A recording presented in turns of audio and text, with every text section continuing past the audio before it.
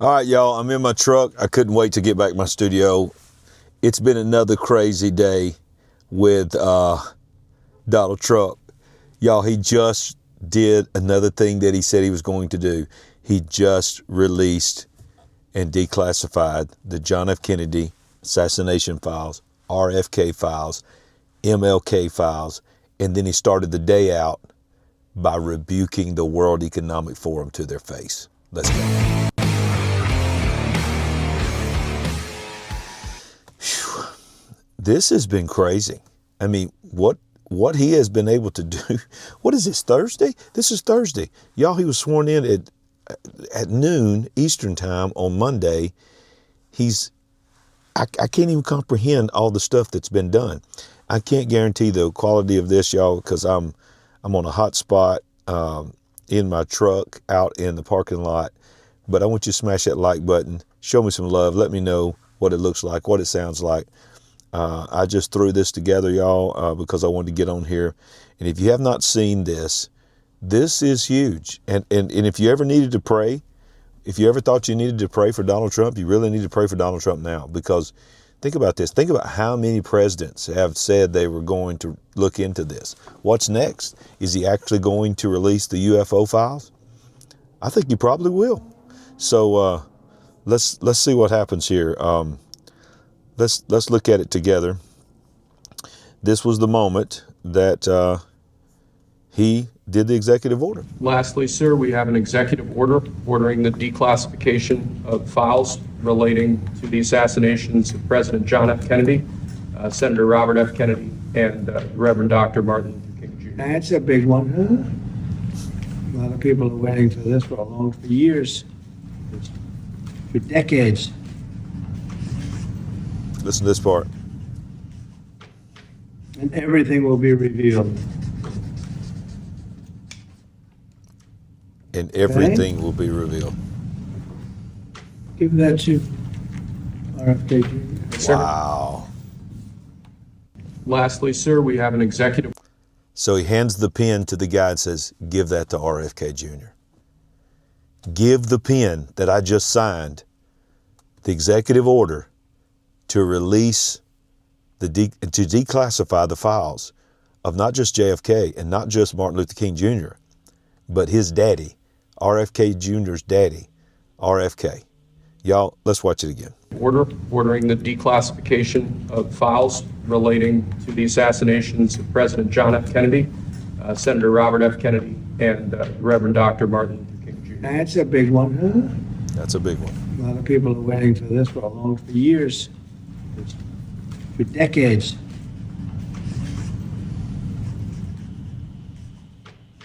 And everything will be revealed.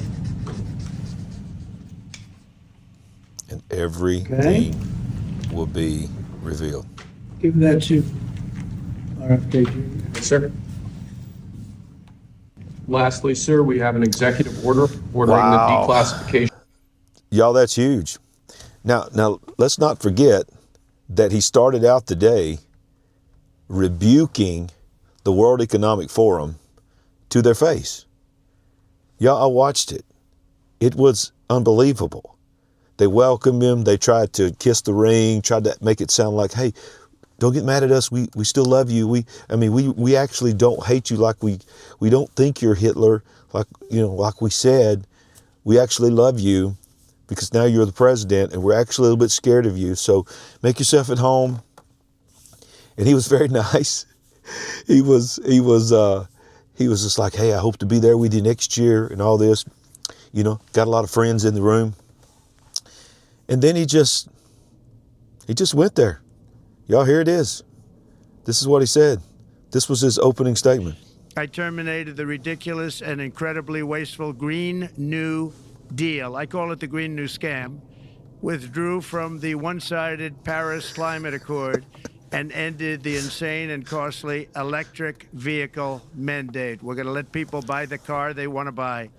I declared a national energy emergency, and it's so important, national energy emergency to unlock the liquid gold under our feet and pave the way for rapid approvals of new energy infrastructure. The United States has the largest amount of oil and gas of any country on earth, and we're going to use it. Not only will this reduce the cost of virtually all goods and services, it'll make the United States a manufacturing superpower and the world capital of artificial intelligence and crypto. I terminated the ridiculous and incredibly wasteful Green New y'all, he went. Deal. I call it the Green New. And then he just went on and on and on and on. And y'all, he took questions. You got to go back and watch the whole thing, because one of the guys that was on the forum there, welcome everybody, was somebody that he knew, which is the CEO of Bank of America. And he said, Bank of America, a CEO that's your friend that you know has got a question. So he asked a question about banking and about some things about the economy. And he answered the question sort of diplomatically. And then he just calls him out. He said, oh, and by the way, Bank of America, how about you stop penalizing conservatives, debanking people that don't agree with you? It's time for you to stop this mess and start treating conservatives better. Stop doing what you're doing to conservatives. I mean, rebuke them to their face, one by one by one by one. Rebuke them to their face, y'all. Davos, the World Economic Forum, the creators of the narrative, the ones that say that we're all going to die because of climate, and all you ever hear is New Green Deal, New Green Deal, New Green Deal there. And he called it to their face the new green scam. He said people in America are going to be able to buy whatever cars they want to buy. It was something to behold.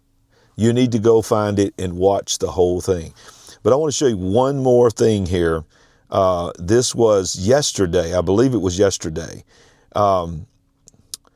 This was just, they had multiple forums. I've watched multiple forums at the World Economic Forum that they live streamed from Davos. It began on January 20th, the same day it was inaugurated. And then, of course, he speaks to them remotely today.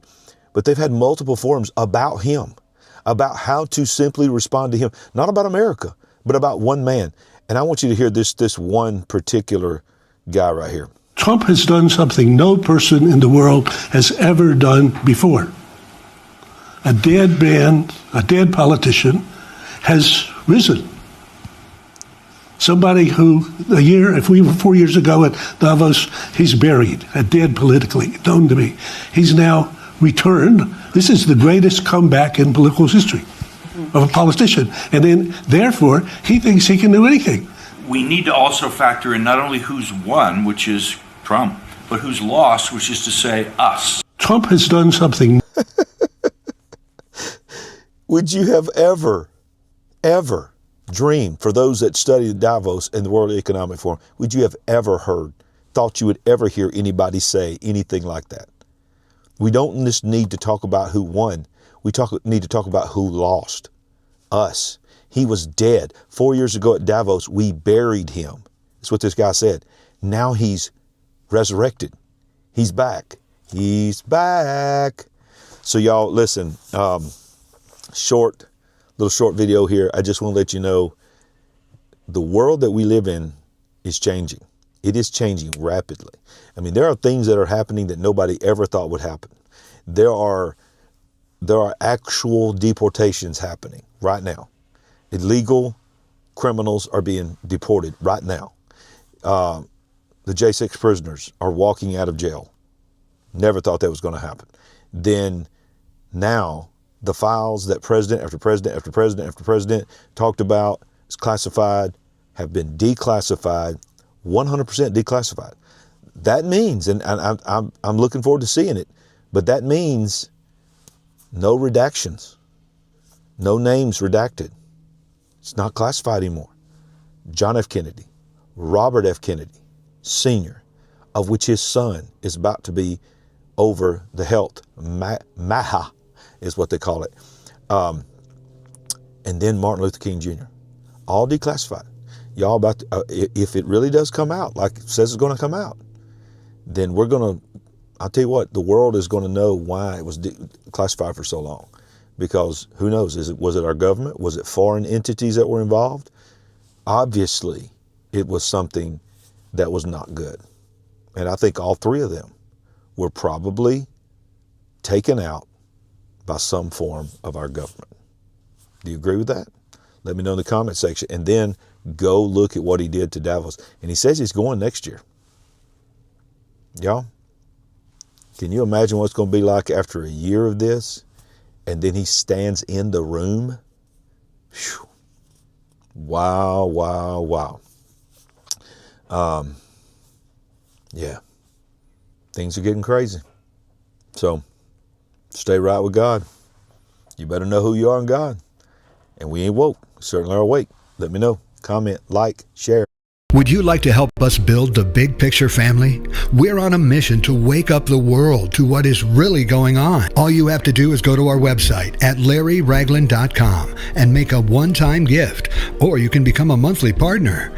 Any amount is a blessing and an encouragement to us. While you're there, make sure you get a copy of our book, I See Greatness in You. Browse our merchandise store, connect with us on our social media links, and join our mailing list. We appreciate it. And remember, we ain't woke, but we are certainly awake.